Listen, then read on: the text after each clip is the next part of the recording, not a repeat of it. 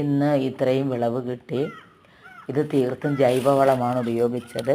അടിവളമായി ചാണകപ്പൊടി, എല്ലുപൊടി, വേപ്പിൻ പിണ്ണാക്ക്, ചാരം, കോഴിക്കാഷ്ടം തുടങ്ങിയവ ഉപയോഗിച്ചു. അതുകൂടാതെ ജൈവ സ്ലറി ഒഴിച്ചു കൊടുത്തു. ഫിഷ് അമിനോ ആസിഡ് പയറിലും ചുവട്ടിലും തളിച്ചു. ആഴ്ചയിൽ 2 പ്രാവശ്യം വീതം സ്യൂഡോമോണസ് തളിച്ചു കൊടുത്തു.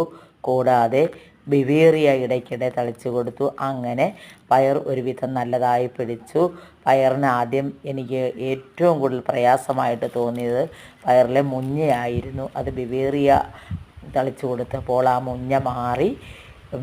അതുപോലെ തന്നെ ഇങ്ങനെയുള്ള വളങ്ങളെല്ലാം കൊടുത്തു. ഓരോ 10 ദിവസം കൂടുന്തോറും അതിൻ്റെ മൂട് ഒന്ന് ഇളക്കി കൊടുത്തു. ചാണകപ്പൊടിയും മറ്റു വളങ്ങളുമൊക്കെ ഇട്ട് കൊടുത്തു. എന്തായാലും ഞാൻ വളരെ സന്തോഷമാണ്. അത്യാവശ്യം